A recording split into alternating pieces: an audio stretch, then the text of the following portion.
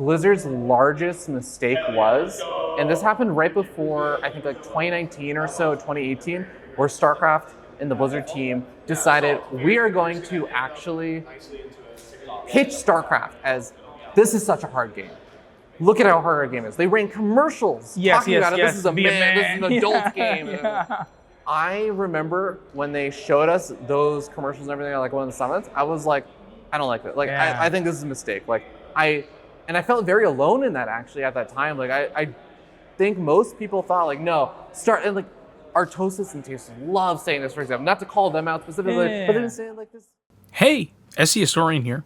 I'm back at it bringing you the voices of the StarCraft world. Today I have on a StarCraft staple that needs no introduction, Ravi feardragon 64 Parikh. If you like what I do here, get subscribed so you don't miss out on future releases like this. If you really enjoy what I do, consider supporting me on Patreon. The link is in the video description. With that out of the way, let's jump in to my word with feardragon. So Ravi, it's been a while, man. How you been? I've been good, man. It's it really has been a while. There's not many events to travel to. Yeah. Yeah, I think the last event we were both at was like Home Story Cup 25 or something like that. Oh man, yeah. Was that after Dallas last year? Oh no, it wasn't. I guess I didn't even think about it. Yeah, I don't actually remember the schedule of everything because everything before I feel like Dallas last year just like blurs together. There just hasn't been a lot of like StarCraft stuff to attend. For sure. Yeah. So what were you doing during the off season? Obviously, it was quite a long one. Yeah, I think I didn't really talk much about it, but I actually did kind of quit being full-time commentator because I was doing that for like 2 or so years, up until a little bit before EWC. I think I learned I wasn't going to get hired for that. I kind of just also hearing all the rumors and like the questionability of like what's happening and stuff. I kind of just got this vibe of like, okay, maybe doing like the StarCraft full-time stuff is like not going to be the best play at this moment. So I actually got a full-time job as software dev.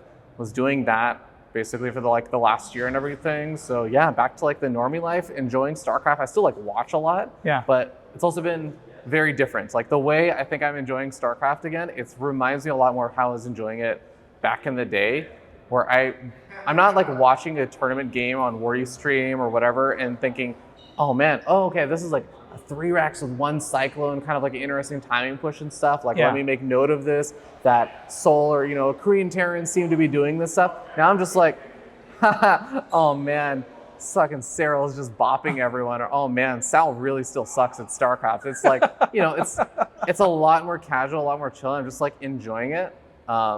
So it's been a very different vibe for me, I would say. But I'm still watching, keeping up with a lot of StarCraft. Yeah. So this is the first time in a couple of years that you've transitioned back to like a more traditional job, yeah? Yeah, so I know it's in my head. Maybe it's like not even so much probably like outside of StarCraft meme, but in my head, there's like an internal meme of I'm like quitting, like going full time and quitting StarCraft again. But really, like it happened. Really, I've only been full time twice. The first time I did it was back in 2019. I did it for like honestly a pretty short period of time. It was like, I want to say like 3 or 4 months or something. The timing of it was just really brutal, where I think I got like psychologically in my own head about stuff. I made a whole like super depressing blog post about it that anyone can go read and everything. But like, my dad got diagnosed with like a brain tumor. It was just like a whole thing. Like I was worrying about like my mom's health at the time also. And I was kind of like, oh my God, like I have to, like I'm still living in Silicon Valley and stuff. I have to move back home to like take care of my parents.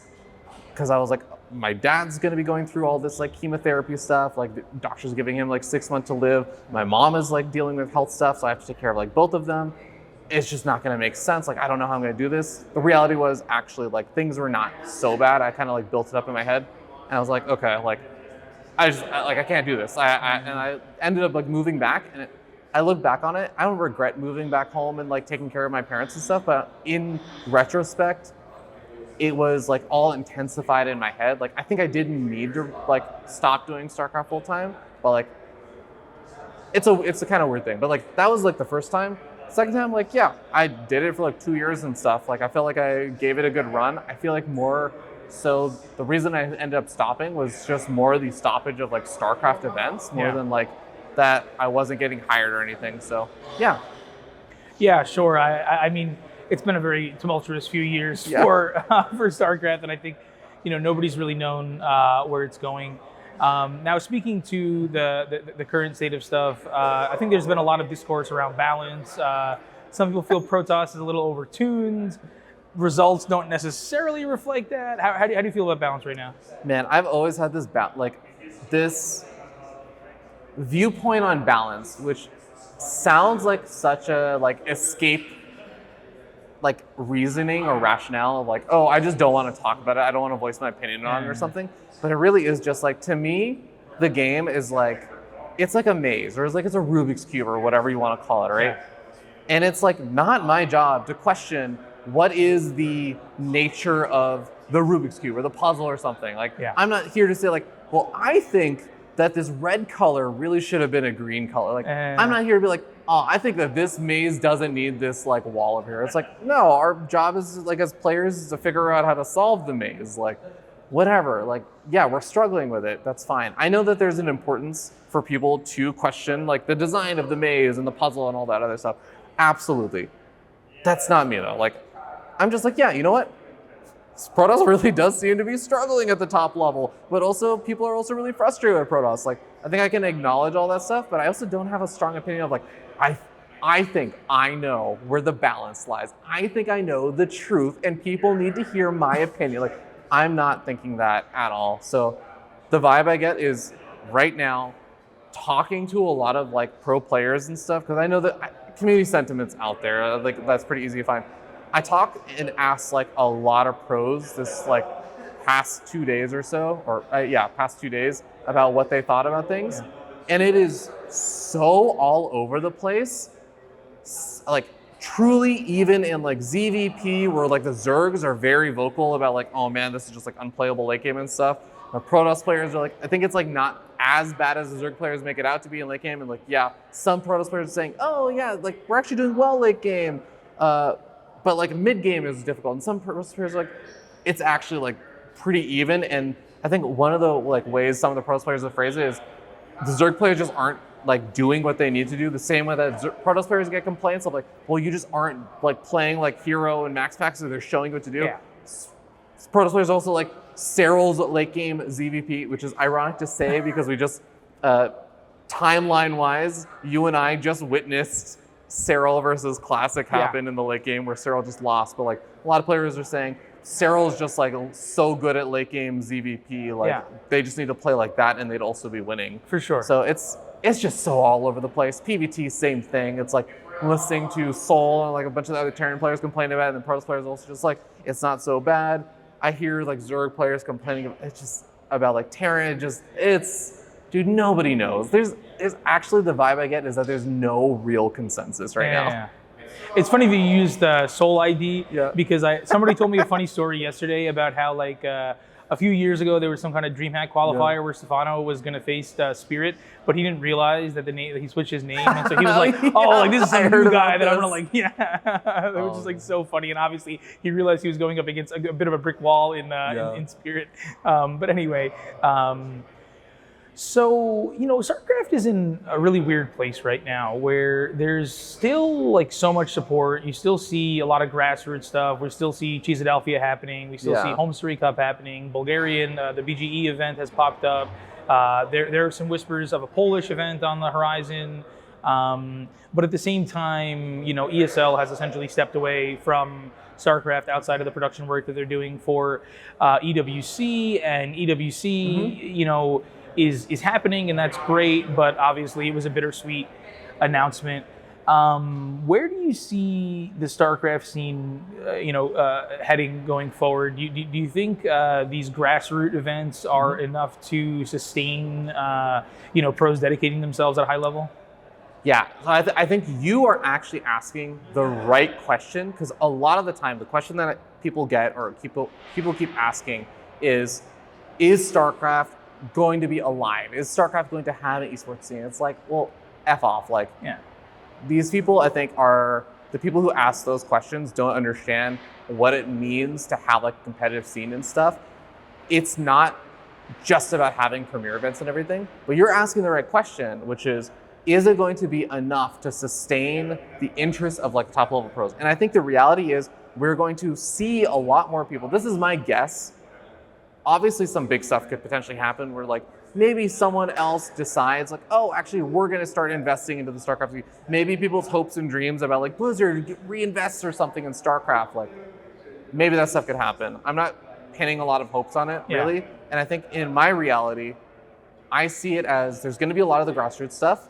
That's going to be enough to keep people's interest, but it's not everyone. Yeah. I think maybe European pros and all this other stuff will disagree on this, but the vibe I've always gotten is that North America is a good example of a scene where there are people who are playing, but like outside of like maybe like a Trigger, like an Estrella, I don't even know if like Scarlet even fits in this box anymore. Not as really much, anymore, but like, yeah. It's like these people are all playing, like outside of a couple of those examples, like they're playing basically just because they care about the game. They've invested a lot of time in stuff, so they want to continue like utilizing that skill and everything, but they just also enjoy StarCraft. They get sucked back into it, but they're doing it alongside other stuff. StarCraft is not their livelihood. Yeah. And I think the European scene is a lot less of that. There's still a lot of people who are very focused on StarCraft in that sense. But like, I think that the past year, and even an example is like before EWC got announced for this like 2025 year, we saw more of those players starting to question like, we don't know if there is any StarCraft at EWC. What am I practicing for? A lot of them did kind of like not fully hang up the coat, but like, you know, they took a seat and were like, all right, maybe I don't really need to practice as much because what am I practicing for? Yeah. And I think you're going to see more of that. You're going to see players who also find this like divide and they have to ask themselves the question, all right, would I play StarCraft part-time or am I only going to play StarCraft full-time? Like, what is really my divide? Because I think there are going to be players who say, I did this full-time, and when I play, it pains me. And I think a lot of people can relate to this kind of feeling where it's like, you know you were so good at something, possibly because you invested a lot of time into it, and then you stop investing as much time into it, and it's hard to feel like you're not reaching your potential. That's a difficult thing to struggle with. I think there's going to be people who feel that way, and there's going to be people who say, you know what, no, I'm still really enjoying it. I'm still going to keep playing, and we're still going to have a scene for the grassroots stuff based on that. I think I still worry a little bit about like new blood and stuff also coming into the scene. That's still going to be a bit of a struggle, but I think there will still be a lot of those grassroots events. I think Wardy's still probably going to be running events. I think we're still going to see, you know, some of the random like local events and stuff. Maybe Zombie Girl will still be running like safe house events and things like that, home story cups and everything, but it is going to be a very grassrootsy, different looking scene. And there will still be people who are playing. I don't know if they'll be full-time. Yeah. You know, it really makes me think back to, not that I was there for it, but the WCG days, right? Where, you know, all these guys were putting their heart and soul into it and still playing, you know, many, many hours for what? For nothing. To win $500 or $1,000 or something at some American event. And yes, they qualified for some larger event, but still the prize purses were nothing. There were no teams, there were no sponsorships. Yeah, I mean, I want to actually remind people, because it's really easy to forget this. 2010, 2011 StarCraft events, like we think about, oh man, DreamHack Dallas, it's the prize pool's a lot lower because it's just a qualifier and it's 40K. MLGs used to be like 5K prize pool. Like, not first place, 5K for the prize pool. And we had a lot more of them, sure, but even then, like it was maybe like 10 of them though. Yeah, it's like hyper competitive, like 128-person bracket and stuff. If you get into the prize money at like 1 or 2 of them a year, like that's already still a pretty good finish and everything.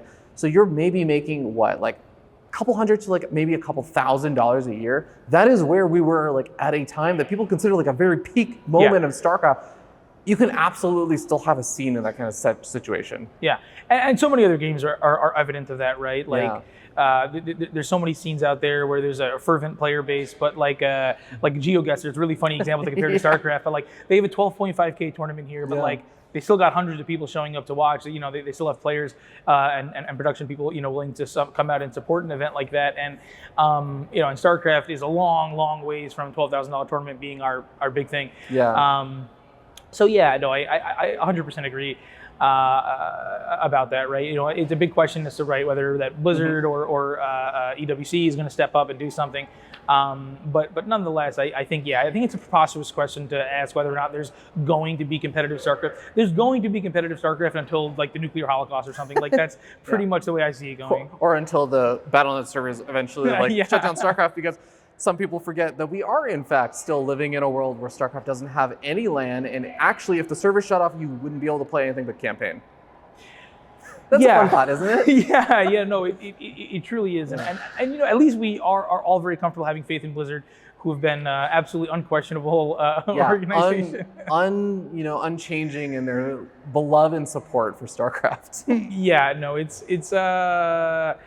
It's definitely interesting times we're living in, but I also you continue to see the fervor and the passion from a lot of these guys, and people like Clem who never put down the game, right? But then on the flip side, you do have the Oliveras who directly said there's no announcement, I'm retiring, I cannot handle this, right?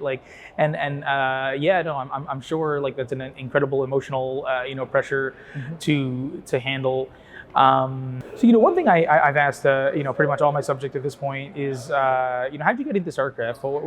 How did it end up becoming so important to you? Oh man, yeah. For me, the story was my parents wouldn't buy me any mature games and stuff. So I had a friend, God bless his soul, Vincent, who was one of these friends that I had from school. He was a year younger than me, and his parents would buy him all the random cool games and stuff. He got me into Ragnarok Online and Gunbound and Diablo, and also he had StarCraft. And I remember I still actually have it when the expansion for StarCraft came out, because I would go over to his house and we'd play StarCraft, StarCraft 1. Yeah. And when the expansion came out for Brood War, he was like, well, I don't need the StarCraft 1 CD anymore, so you can have the StarCraft 1 CD. I think he didn't know that the CD key would still cause problems if you logged in the same thing. So that also caused a little bit of a drama. We had to coordinate playing, where he would play Brood War and I had to make sure I was only playing when he wasn't playing and stuff. But eventually then I was able to get my own Brood War CD and stuff, and it was actually a lot of fun just being able to play that way. I played a ton of it that way, and I think probably I kept playing until Warcraft 3, and I got into Warcraft 3 for a little bit, very casually and stuff. And I was also never a player who thought, oh, I should make more than 10 workers or something. I was the trashiest of trash players. Yeah. But I think around high school, I had some guild mates in a game called Ragnarok Online. One of them also, I kind of credit her as being the way I even got any kind of discovery into the esports side of StarCraft. She basically she kind of spurred a bunch of the guild mates in this Ragnarok Online game to play StarCraft 1 a little bit, because she was, I think, she still is really good. And it's so funny because she's still sending me hey, because my username in that game was Fear the Monkey or something. So she's Fear the Monkey, did you watch the latest ASL games with Snow and stuff? She just sent that to me 2 weeks ago. I'm hell yes, That's I did. awesome. Oh my God, yeah, no, I love it. But she, in a weird way, she was follows all this stuff, but also doesn't play any 1v1. She only plays 4v4s in Brood War on custom games and stuff. Yeah. And she would just 1v4, 1v6 us, and she was so good. I swear if she actually ever did decide to play 1v1 rank, she would at least be able to get B- or B rank. And this is with no real practice for 1v1 whatsoever. Yeah. But that's Tasis' whole life to get yeah, I'm just oh my God, you're actually so mechanically good. This is unreal, because she's just been playing StarCraft. But she got me into it. That's how I ended up eventually discovering Day 9, and I started watching the Day 9 daily, probably around I think it was episode 50 or something. I discovered Husky StarCraft, got into that. I think I discovered Husky from Day 9, inadvertently, just learning about that and learning about StarCraft 2. Oh, he's starting to stream the beta and stuff, and from there it was just take off, following StarCraft. Yeah. Honestly, when it comes to ASL, random tidbit that I saw that really blew my mind. So Best just qualified for his first Star League final in 17 years. 17 years between finals. Wild. Yeah, it's been so great to see some of the Brood War developments and everything. I'm also just so in love with the upcoming of Snow and stuff, because I'm a Protoss player, so it's been so great. I love seeing Snow. I'm a big Stork fan and stuff, so it's also great to see him doing well for a bit and everything. But yeah. So, I think through the first, 7 years of StarCraft 2 and many years of StarCraft 1 before that, the main storyline, the main thing people wanted to focus on was the foreigner versus Korean dynamic, right? And for very obvious reasons, Koreans were so dominant. And going into 2018, we saw Serral sort of flip the script on that and start dominating. Do you think in the long run that that's been positive or negative or neutral for the game, the fact that we don't really have such a strong storyline for foreigners versus Koreans anymore? Yeah, it's a good question. I think that it's sort of a mix. One thing that I remember very distinctly, NDA sort of being broken a little bit, not that I think anyone cares of Blizzard anymore, but there was a summit where I very distinctly remember this discussion happening where they were getting feedback on all right, we're thinking about region locking stuff or not. What do you guys think? And I remember I was in this room of Titans, Total Biscuit in control, and Chobra and Smix, a lot of the Korean pros and everyone else there, Crank and everything. And I remember Chobra actually saying something coming from a League of Legends background and history and everything, where he kind of said oh, well, one of the downsides of if you just open the floodgates and everything is that there is this really strong narrative of Koreans versus non-Koreans. Yeah. And when you have a regional based thing and it's a little bit more region locked, it's not just about the protecting everyone from the Koreans and stuff. There's also the fact that it becomes this big event. It becomes this big thing when they come together and play. People are excited. There's this build up that we don't really have as much anymore, where it's people have been hyping up how the Europeans are doing. People are hyping up how these non-Koreans are doing. People are hyping up how the Koreans are playing. Yeah. And it's this what, it's the what if of oh man, what if, such and such legendary basketball player played someone who retired 20 years ago or something what if, such and such person played versus Michael Jordan. It's you get that buildup of that conversation, people getting excited, and people want to see that first match. It's the Maru versus Serral buildup the first time it happened, where people were wondering how is it actually going to go? And I think that we don't have that anymore, really. Yeah. Things just happen all the time. It's the same problem, I would say, not even just the non-Korean versus Korean story, but it's the Clem versus, any other top player kind of thing, where we just get it all the time and every weekly and stuff. Yeah. I think that we do kind of, I would say, suffer a bit from that. There is something lost there. Yeah. I think there's still enough build up though, because I feel we were heavily reliant on Korean versus non-Korean storylines in the scene for so many years. Yeah. It is actually nice we have flushed out stories for things besides that. There was all of the Europeans trying to beat Serral. That was a fun and interesting storyline, right? There was very specific players having rivalries against each other. Clem versus Raynor come up in a region lock era and everything. Yeah. So I feel there's a lot of really cool things, even amongst the Koreans and stuff against each other. I think we lost something, but we also gained a lot. Yeah. Yeah, I feel we've also seen a pretty interesting shift where I feel if you turn back the clock a couple of years, it was almost very easy to predict the winner of a lot of matches. There was much more consistency with some of the top guys, and I feel we do see some more upsets now where we see, Cure take out Maru, or we see Classic take out Serral, or we just saw. Which is very different, I think. I at least this might not even be true. I think it might be a perception thing. Who knows? But it seems there are some more quote unquote upsets these days. And yeah. Yeah. No, I think you're definitely right about that. I'd be very curious to see what exactly triggered that, because I think you're spot on the money that we do see a lot more upsets. I think a lot of it to me comes down to the fact that if you look a couple years ago, there was Serral at the top, there was Maru up there alongside him, and then there was a gap where there were definitely people who could compete, but they were untouchable by others. And I think that it was just those two becoming touchable by enough other players that I feel things have opened up. But I think you're right, even the examples that we've looked at, Shin beating Clem, it was not on my bucket or bingo list that that was even possible. Yeah. But that is such a strange thing to say was possible to happen. And I think you're right.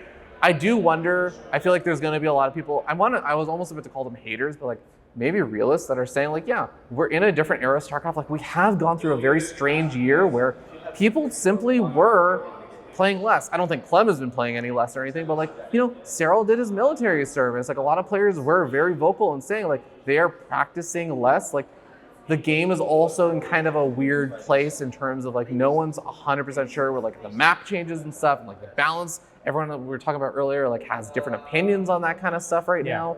So it's really hard to pinpoint exactly why, but I think you're right. Like it does feel like everyone is a bit more beatable. I think the first thought I had or thing that I said to someone when I came to this event was, it really does feel like a lot more people can win this event than like if you look 2 years ago at events, we'd say like, here's the list of 5 people maybe who could win this event. Yeah. If you look like 4 years ago, you'd be like, here's the list of 2 people who could win this event. But like, the list really is a lot larger these days. It is, and I think that adds a pretty significant level of excitement, right? Because just having more people to root for too, right? To have I met some people yesterday, and it's so funny too because we get so jaded within the StarCraft community. I was talking to someone that was like, oh yeah, I've been watching for like 4 years, and I was like, oh, it's so great to have like new people like you know, it really keeps the scene alive. And it's like, well, this is the only game in the world though where like a 4-year fan is like a brand new person to us.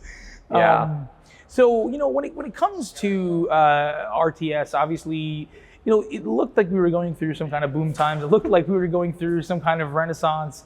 But there's been a bit of a rise and fall with some of these new titles. Were you particularly invested in any of them? Did you really see yourself in any of them? No, I mean, okay. So, I mean, I saw myself like open to anything. I think the biggest one being like, of course, Stormgate, because I know that there was like a lot of hype around that. And I think I also similarly, like I attended like the community summits and stuff for that. I was very enthusiastic about just how I felt like the development team was talking about like, it's not even so much them saying like, oh, this is gonna be a great game or anything. It's like the things that they would say in terms of, here's the stuff we wanna focus on. Here's the stuff we think is important. Like all of that stuff, I think just checked a lot of people's boxes in terms of like, this sounds like the kind of thing that I care about. Yeah. I feel like even versus, this is weird to say because a lot of it was the former StarCraft 2 development team. Yeah. But like sometimes you talk to the StarCraft 2 development team when they were working on things like 2018, 2019 and stuff, and you'd be like, oh, the stuff that you seem to care about is not really also the stuff that I really care about. And like, I would feel that disconnect sometimes. Even sometimes with like literally the same people who worked on Stormgate.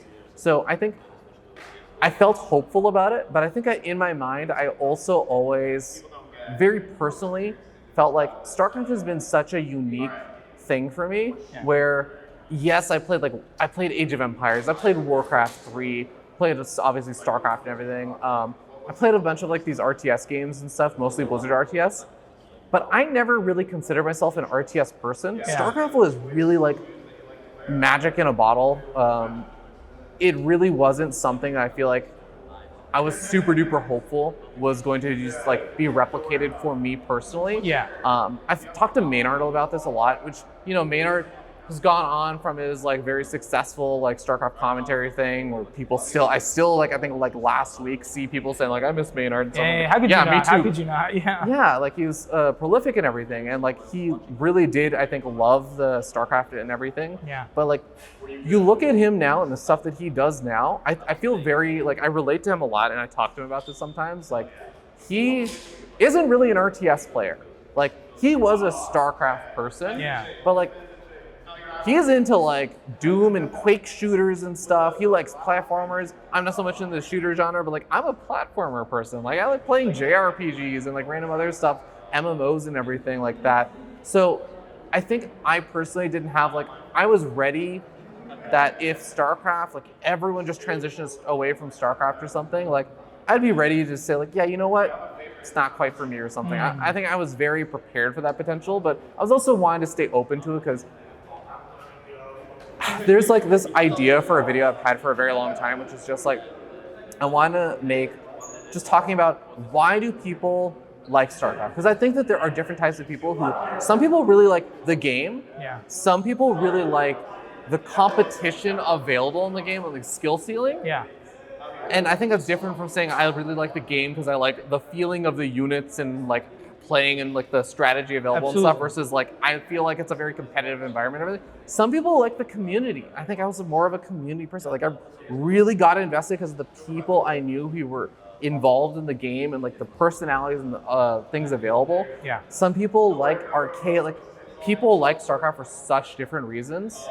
And yeah, I feel like it really just did make a big difference in terms of what was possible. Yeah, no, 110%. It really makes me think about a friend of mine, Gemma, who's like just a StarCraft fan who comes out to some of these events. And last night we were hanging out, we were chatting about the game, and one of our other friends, was referencing like a specific moment with a shield battery, and she was like, "I'm not gonna lie, I don't know what shield batteries do." But this girl flies out to events like all over. She comes to Chiefs, she comes to Dallas, she comes to Atlanta, which is like, that feels like a brain-breaking thing, but at the same time, it's exactly what you're referring to, is that she just thinks competition is sick. She's a person who likes sports, and she sees the crossover there, and she likes the stories. She likes, seeing people climb the sort of ladder and of competition. And yeah, it's a beautiful thing, right? And then you have people who, dedicate thousands and thousands of hours to playing like arcade games, and they don't even care about the competitive, like even the game itself, right? Yeah. So yeah, it's just like a totally different way to look at the game, but nonetheless, they are still StarCraft people, and there is still such a cool camaraderie there, and I think that's another really significant missing link for like the lack of development from the Blizzard side of things and the lack of support for some of these things, because like arcade, I think is a really significant example of that. They're kind of actively letting the arcade scene fall apart a bit. Yeah, it was many years ago now, and I stand by it to this day.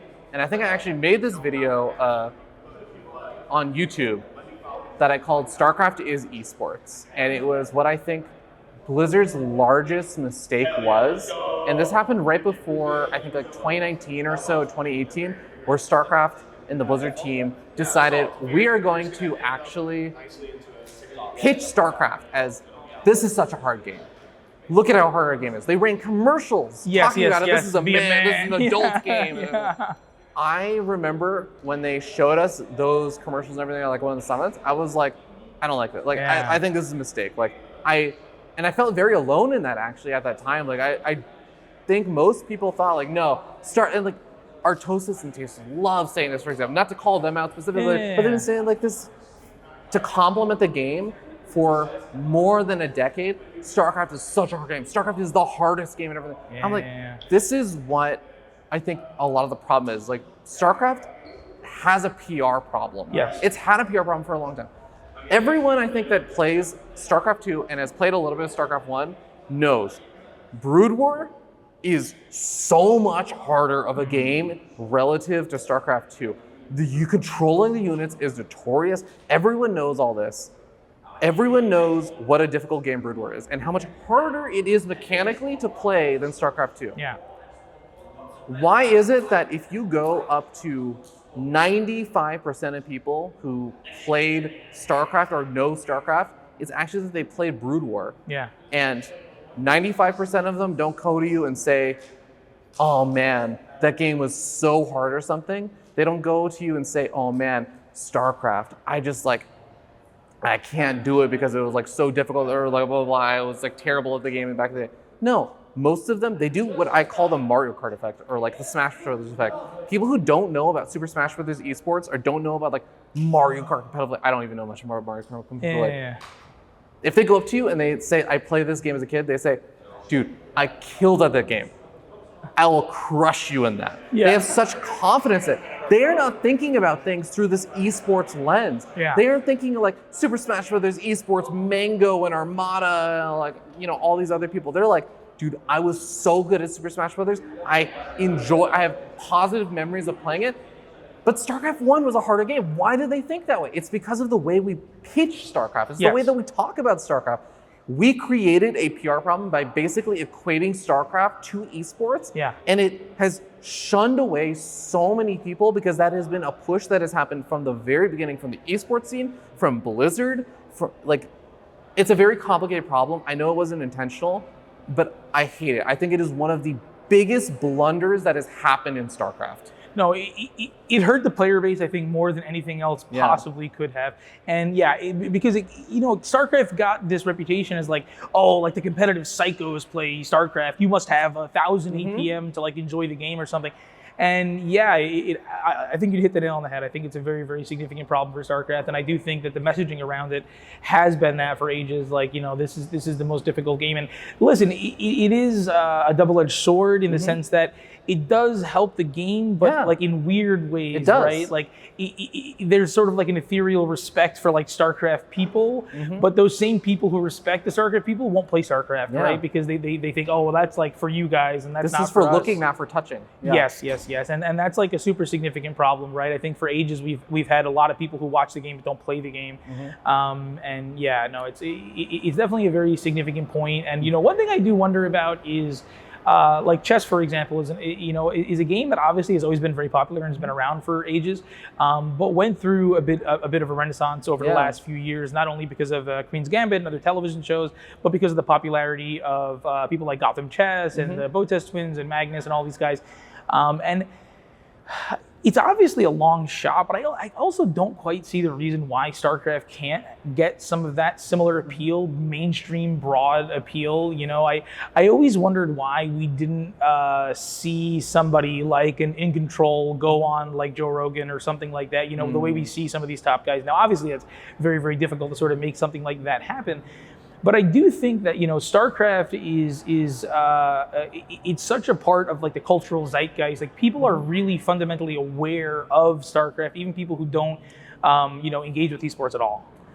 I think you're right in some ways about that. I think I don't have a nicer way of saying this. Actually, I do have a nicer way, but I'm not going to say it the nicer way.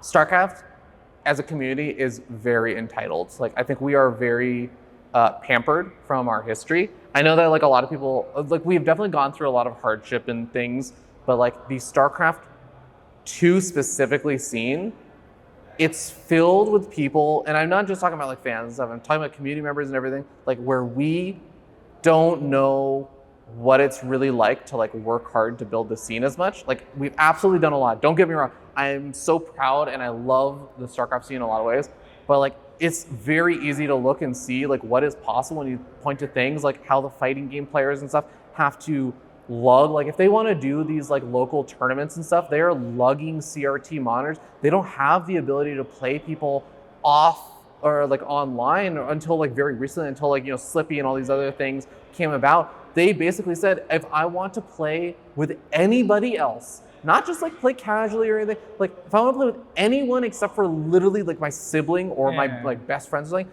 I have to go drive to play. I can't finish my day when I come home and be like, I'll play a couple of ladder games, something. Like think about that. Yeah. You basically play by yourself as like the laboratory or something, or you drive out to someone else's house that or like a tournament once a week or once a month or something, which is also being organized by these grassroots things. People are paying to play in these weeklies. Casuals, complete casuals who are like basically the equivalent of like silver gold league and stuff. I know this because I used to do that for like Smash Brothers and I was terrible at it also. But like I paid to play in these events. We don't do that in StarCraft. We are so entitled. If you try to get people to pay to play, and the reason why you pay to play is because it supports the event, it creates a sustainable model and everything, and is also allowed to distribute across the entire like US as well as also other countries, Japan and everything else. Like it's such a different model. We are so pampered in StarCraft.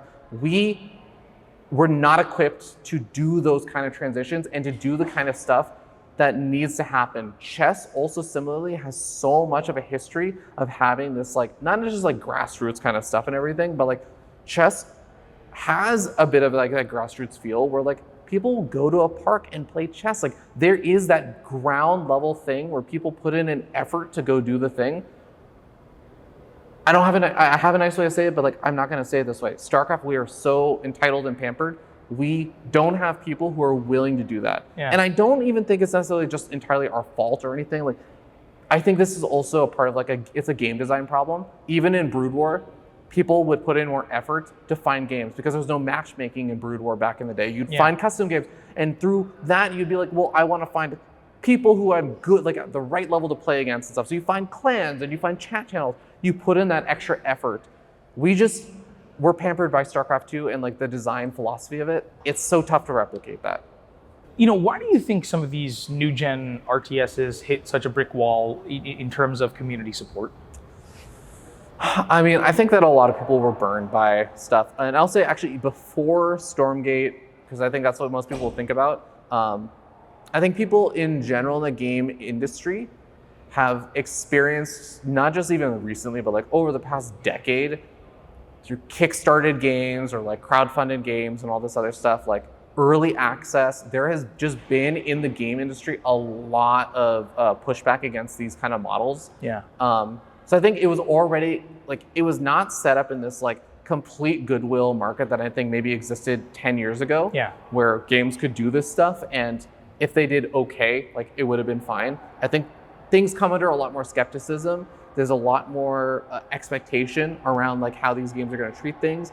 There's a lot more bad examples of when people like feel they kind of got cheated out of something that they like thought was going to happen. So people are much readier to react negatively. I think that's one part of it.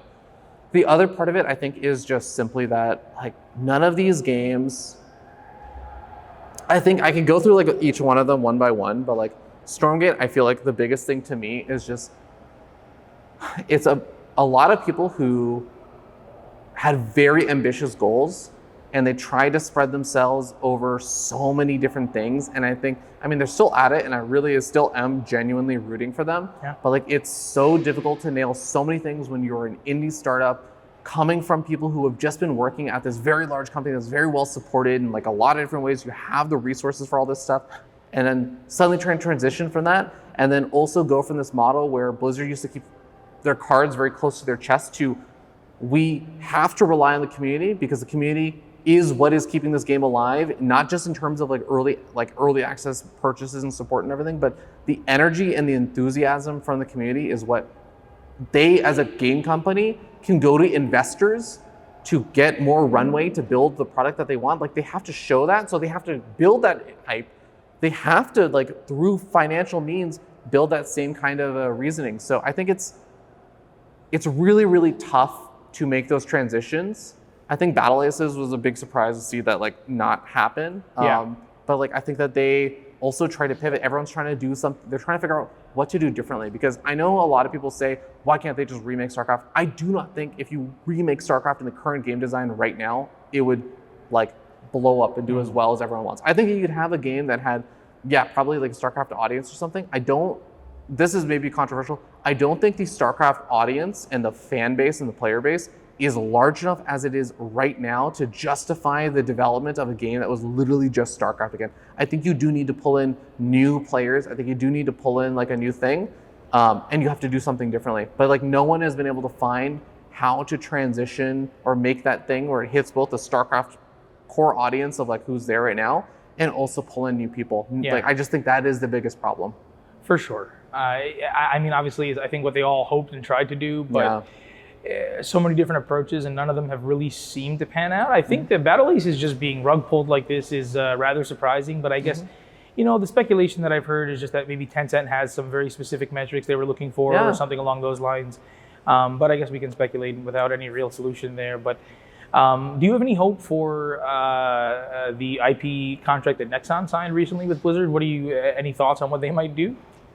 I mean, my bias of like everything I know about Nexon is like mobile game or something. So I don't have a ton of hope about that. I think people also like had hopes about like, oh, Microsoft stuff. And I'm like, I don't feel like the people who are really hopeful about the Microsoft stuff know what like large company acquisitions are like. Like, I think I was lucky enough to be at Amazon when like they acquired Twitch and stuff. So I think I got some idea of like, oh, what does it look like on the internals of when one large company acquires like another like company and stuff. And it's a long road before any changes or anything happens. And even then, like, I don't think Microsoft is going to do anything like super dramatically terrible for StarCraft or anything. I'll be enthusiastic if positive stuff does happen there. Yeah. But like, Microsoft also does do things like they say, oh, this game like we're going to drop support for it. Like we're going to turn off the game servers for stuff. Like they do that kind of stuff. Like shut down studios. Yeah, they shut down studios. They do things like that when they feel like it's not going to be worth the investment. Like I am not as like super hopeful of like, oh man, like this big thing is going to like change everything. Oh, they mentioned StarCraft or something. Like, I think similar thing with like the Nexon stuff. I'm kind of like, I think stuff might happen with like that's with the StarCraft IP, but like I don't have a ton of crazy hope that it's like, oh yes, they are going to target the StarCraft core audience of RTS esports fans. Like that's not on my bucket list of things that's going to happen. Yeah, some people were saying Krafton was probably the best bet, but like they didn't really have the deep enough pockets, I guess, to go toe to toe with Nexon when it came to the bidding war. I mean, that's the speculation effort anyway, but like because apparently the Krafton guys are like RTS enthusiasts or something. I mean, again, people say, but like whatever. It's really neither here nor there. But I think that's about what I had prepared for you, Ravi. Do you have any closing words or anything you want to talk about? No, I mean, thank you so much for having me. I hope that people in general are also still just like enjoying.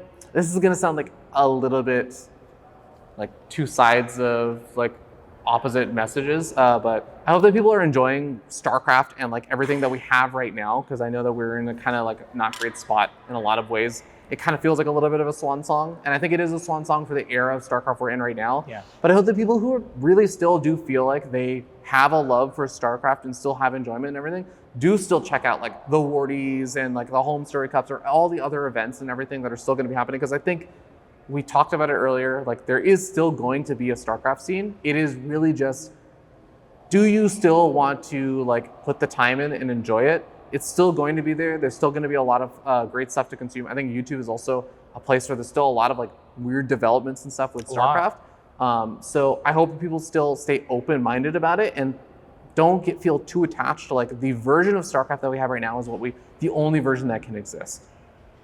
Absolutely. Well, thank you so much for taking the time, man. It was fun talking. Yeah, thanks for having me. Cheers. Thanks so much for watching. If you enjoyed this one, be sure to leave a like and a comment down below. Get subscribed so you don't miss out on future releases like this one.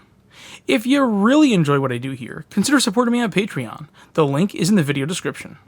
That's all for now, my friends. Until next time.